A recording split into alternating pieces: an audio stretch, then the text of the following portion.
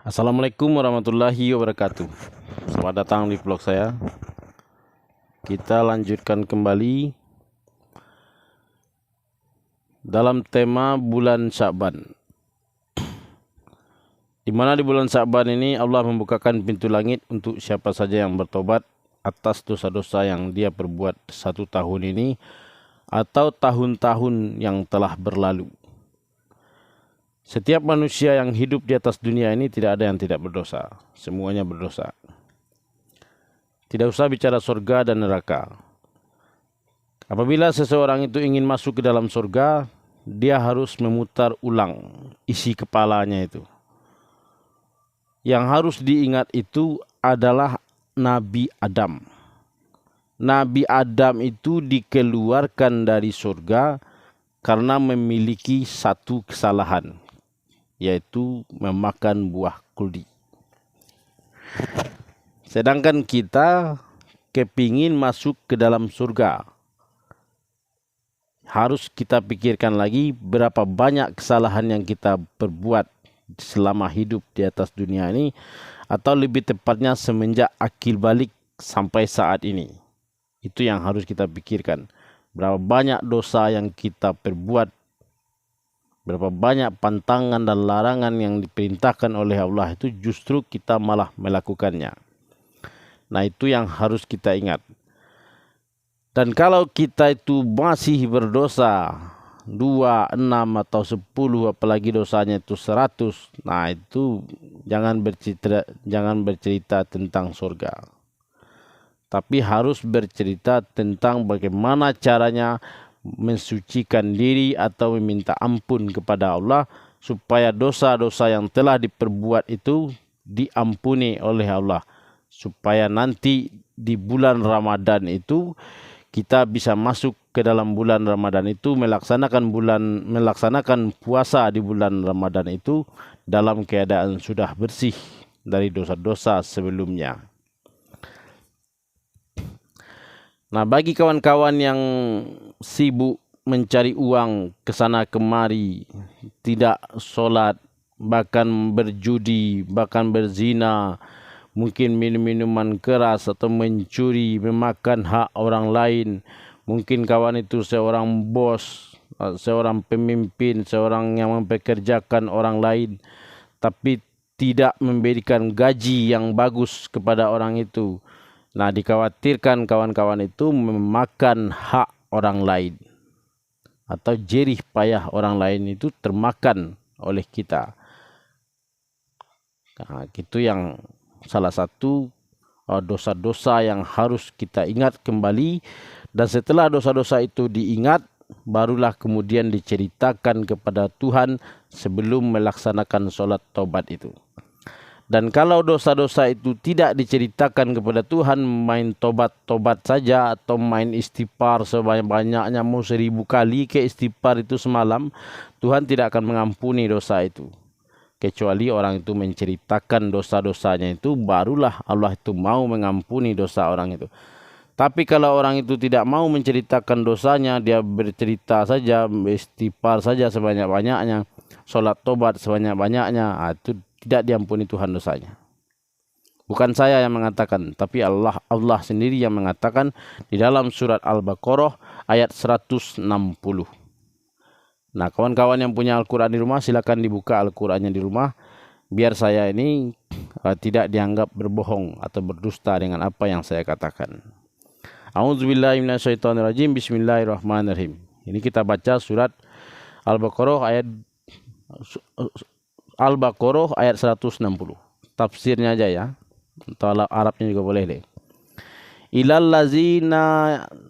Illallazina tabu wa aslahu wa bayyanu faulaika atubu alaihim wa anat tawwabur rahim. Nah, kita baca artinya di sini. Kalau saya belajar Al-Quran itu dengan guru saya dulu itu, jadi ditanda-tandain di sini hal-hal penting yang ada di dalam Al-Quran itu, seperti Solat tobat ini adalah disebut syifa, obat. Bagaimana caranya kita melaksanakan solat tobat dan bagaimana caranya supaya tobat itu diterima Allah. Nah, ini keterangannya di sini. Kecuali mereka yang telah bertobat, mengadakan perbaikan dan menjelaskannya. Menjelaskannya. Mereka itulah yang aku terima tobatnya, dan akulah yang maha penerima tobat, maha penyayang. Jadi Allah itu sendiri yang mengatakan di dalam surat Al-Baqarah ini, barang siapa saja yang bertobat, mengadakan perbaikan dan menjelaskannya dosa apa yang dia perbuat, barulah mereka itulah yang aku terima tobatnya, kata Allah. Jadi kalau kawan-kawan selama ini bertobat kepada Allah, tidak menceritakan dosa-dosa kawan-kawan itu kepada Allah, maka Allah itu tidak mengampuni dosa itu, khususnya dosa-dosa besar. Jadi kalau kita tidak pernah solat, sering meninggalkan solat, sebelum solat taubat itu ceritakan dulu kepada Allah. Ya Allah, saya ini setelah meninggalkan solat wajib saya, solat 5 waktu saya dengan sengaja, saya sadar dan tahu bahwa itu adalah berdosa. Saya mohon ya Allah, bukakan pintu taubat untuk saya, karena saya telah meninggalkan solat saya. Tolong ya Allah, ampuni dosa-dosa solat saya yang telah saya tinggalkan itu.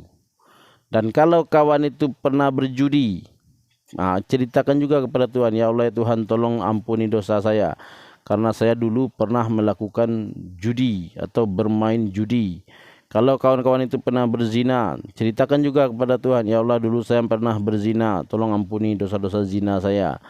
Jika minum minuman keras, ceritakan juga kepada Tuhan itu, ya Allah ya Tuhan, tolong ampuni dosa saya, karena saya telah khilaf meminum minuman keras, dan itu adalah perbuatan yang Engkau larang, dan aku justru malah melakukannya. Hari ini ya Allah, tolong bukakan pintu tobat untuk saya. Saya ingin bertobat dan saya telah menceritakan semua dosa-dosa yang telah saya perbuat. Ampuni dosa saya ya Allah, baik dosa yang saya ketahui ataupun yang tidak saya ketahui. Nah, itulah yang disebut dosa yang terang dan dosa yang tersembunyi. Dosa yang tersembunyi itu adalah dosa yang kita lakukan dan orang lain tidak tahu, tapi Allah tahu. Itu yang harus kita paham kalau melaksanakan sholat taubat. Dosa-dosa yang diketahui orang yang kita lakukan itu seperti kita memakan hak orang lain, atau kita berpuasa kemudian tidak membayar fidyahnya. Nah, itu bisa orang lain tahu, karena kita tidak membayar fidyah. Si Anum itu dulu nggak puasa tapi nggak pernah bayar fidyah dia. Nah, itu dosa yang diketahui orang. Kita tidak sholat-sholat, nah itu orang lain tahu. Tapi kita berjudi, kita berzina, kita mencuri, orang lain tidak tahu. Hanya kita dan Allah yang tahu. Ketika kita meminta ampun kepada Allah, maka dosa yang tersembunyi itu harus diceritakan kepada Allah. Barulah kemudian Allah itu mengatakan, dosa tobat seperti itu yang aku terima, kata Allah. Nih, mereka itulah yang aku terima tobatnya. Jadi kalau orang itu bertobat kepada Allah, tidak menceritakan keburukan dirinya, baik yang terang atau yang tersembunyi, maka tobatnya itu tidak diterima oleh Allah. Jadi kalau kawan ingin tobatnya diterima oleh Allah, harus mengambil hukum dari surat Al-Baqarah ayat 160 ini sebagai sandarannya. Jadi kita itu harus menceritakan dulu kepada Allah sebelum kita sholat. Baru kemudian sholat tobat 2 rakaat atau 6 rakaat pun juga boleh. Nah, itulah pelajaran singkat dari saya. Mudah-mudahan bermanfaat di bulan Sa'ban ini. Nah, kita akan lanjutkan kembali di video-video yang selanjutnya mengenai puasa, mengenai fidyah. Nah, ini sekarang berhubung masih bulan Sa'ban, masih ada kesempatan untuk melakukan sholat taubat kepada Allah. Berhubung bulan Sa'ban ini, Allah membukakan pintu langit untuk barang siapa saja di antara manusia itu yang ingin bertobat kepadanya. Oke kawan, Assalamualaikum warahmatullahi wabarakatuh.